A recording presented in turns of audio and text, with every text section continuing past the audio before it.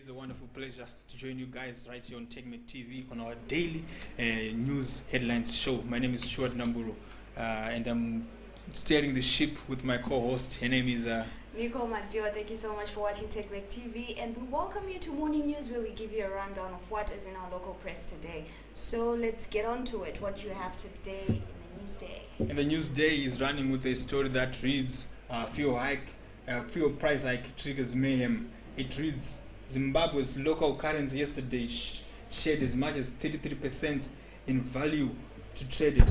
US $1 is equal to RTGS 470 on the official interbank exchange rate. Rates on the parallel market went up as high as $1 is equal to $6.20 a day after the Reserve Bank scrapped fuel subsidies. So there was total mayhem yesterday in town. The shops were closing their businesses so that because they didn't have the price to charge, because the fuel price just shot by over something like 50%, and it was total chaos in Harare. I don't know for other towns and cities, but in Harare it was total mayhem. Indeed, and we also realized that as the prices were increasing, and people were no longer buying. Yeah, they were just taking out their phones just to take pictures and share with their families and their loved ones that things were really getting. Yeah, it was a countdown. I remember at a safe station that Technomark visited. Unfortunately, we don't have that clip at the moment, but we were caught up in a situation where we were watching the countdown. Is it a countdown or count up? Yes. Because the people were ululating, they were clapping their hands, they were joyous as the fuel price was going up from $3.60, $3.70, $3.80 up to $4.97 at a particular service station that we went to. We are not at liberty to name that particular service station, but it was total chaos, I say. Indeed. Moving on, coming back to the daily news, it says police on high alert as fuel prices skyrocket. Okay, so the Zimbabwe Republic Police is maintaining a heavy presence in all potential hotspots amid fears of wildcat protests that could be triggered by the worsening socio-economic situation. However, we have noticed that in the capital city there have been roadblocks, 24-hour roadblocks that have been established by the police so that they can try and curb the violence trigger, because it is believed that fuel prices are the triggers to these protests. But I would say maybe poverty and unemployment could probably be the triggers to protests. Okay, they are drawing lessons from what happened in January. Immediately after the president issued a statement with regards to the fuel price increase, there was total distraction. There was mass demonstrations, so they were on high alert. And since morning, I've observed that every 10-kilometer radius out of town, they have a roadblock, and there is so much heavy police presence in the city center. I don't know for other areas, but in the town they are heavy armed police, and they are on high alert for sure. Quickly coming back to the daily news again, it says fuel prices up to 50%. So this is what you said earlier, and the daily news is just reinforcing on how fuel has increased. It says here, motorists will have to dig in. Oh, my apologies for that. I'll have to take that again.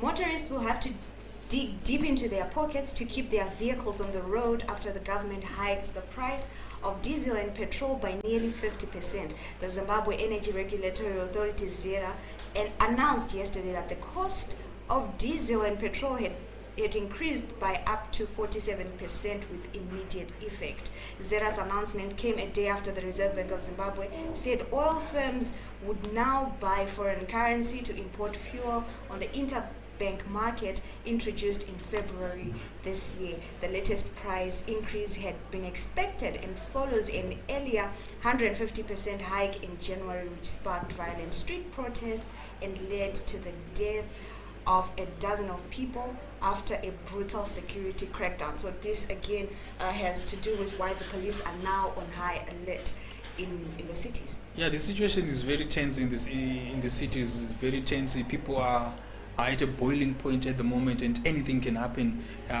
We don't support violence. We don't support any form of inciting violence, but the people, they are also on high alert with regards to what is happening. They are delicately following proceedings, and anything can happen anytime from now. I'm going to move quickly to Newsday, which says MP torches off storm over tap water.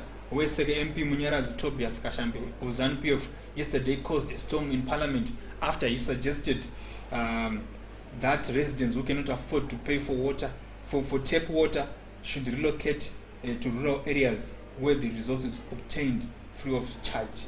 The MP said this when Water Alliance leader Hard Life Zimbabwe appeared before the Justice Mayor Wachika-led Parliamentary Portfolio Committee on Lands and Agriculture, where they advocated to revamp the Water Act Chapter 24. This is uncalled for coming from a member of Parliament. You should be championing the use or the revamp of the Water Act, which will do well in terms of water reticulation within the country and the main towns. So calling for residents who can't afford to pay that water, for that tap water, to go and relocate to the rural areas, that is very outrageous, and I don't support that. What do you think? Yes, I do agree. I think it's rather an ignorant remark to make. Yeah, it's a very ignorant remark. It's very ignorant for him to say that, considering his position as a member of Parliament. He's a policy. He's a lawmaker. He should be giving the residents their options with regards to what the law can offer, not telling them to have such an alternative. It's uncalled for. But unfortunately, these are some of the people that we actually voted for. Yeah, we voted for them. Yeah, in Parliament. So coming back to the Daily News, it says wage bill continues to ravage Zim fiscus. The Treasury says employment costs have continued to dominate Zimbabwe's public expenditure, despite promises of strict adherence to austerity measures and reducing the public service wage bill. Following a civil service pay rise in April, government recently announced that it will award public servants another pay increase in June as prices of basic commodities continue to skyrocket, eroding the purchasing power of disposable incomes. And I quote, employment costs at 68.4% of the total expenditures. Sorry, I'll take that again. Employment costs at 68.4% of the total expenditures continue to dominate the expenditures, Finance Minister Mthuli told Parliament last week. However, the increase in employment costs to total expenditure in 2019 is largely due to cushioning allowance and pension reviews, filing of critical posts in the education and health sectors, as well as the effect of the introduction of the exchange rate on the salaries for staff at foreign missions from February 2019. So we see that the government is failing to actually reduce, because 68.4% is a huge part of the expenditure. So we're hoping that Professor Mthuli would deal with this, but apparently it turns out it's not going anywhere. It's not going anywhere. I think I remember when IMF, International Monetary Fund, I wanted to give Zimbabwe a credit facility. They encouraged the government to embark on a staff monitored audit, which the results, I don't know if they were made public, but some of the dictates of that audited program were that the government had to reduce on its bureaucracies. There's a lot of things that the government is doing that is chewing a large chunk of taxpayers' money that is unnecessary. There were people who were employed by the government as drivers. Driving is not a profession. And the issue of youth officers, some of them, they didn't even know their job description. And the other issue is to do with the ghost workers that exist within the government wage bill. Those things have not been addressed, and the wage bill will not go down unless that happens. And the other issue is the issue of buying vehicles for departments, when there are vehicles that are just lying idle. Some of the vehicles, all they need is a windscreen or a tie for them to be used. We see that some of our hospitals, some of our police stations, they don't have cars, but there are cars that are just lying idle, and the government keeps on buying more and more cars. So they have to be very serious about their expenditure if they are really serious about turning around this economy and reducing their wage bill. I'm going to quickly move over to the Herald, which says Zupco goes cashless. The story reads, the Zimbabwe United Passenger Company Zupco yesterday introduced a convenient electronic ticketing system that will ease transactions and plug cash leakages from the public transport operator. The electronic ticketing system, which is in the form of a tap and go card, also seeks to increase revenue collection and efficiency. President Mnangagwa recently commissioned 39 of the first 300 buses which the government has secured as part of measures to ease the plight of commuters who are being ripped off by private operators. So for the first time, Zimbabwe has done it.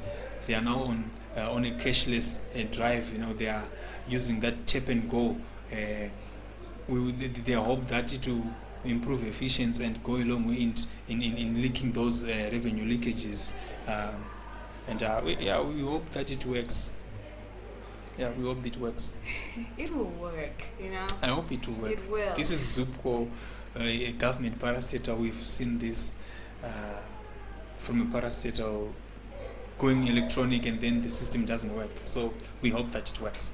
Well, he rests his case, ladies and gentlemen. Coming back to the daily news, police arrest human rights campaigners. Zimbabwe Public Police ZRP on Monday arrested 4 human rights campaigners after they landed at the Robert Mugabe International Airport on return from a human rights and peace building workshop in the Maldives. According to the Zimbabwe Lawyers for Human Rights Association, police arrested Citizens Manifesto Coordinator Tatenda Mumbeyarara, Center for Communication Development and Zimbabwe Advocacy Officer George Makoni, Transparency International Zimbabwe Nyasha Frank Mpatlo, and Community Tolerance and Development Trust Director Gamuchirai Mukura, and confiscated their phones, laptops, and mobile phones. So according to this article, it's saying that these people were detained for 5 hours and they could not access their lawyers, and the lawyers couldn't also access their clients.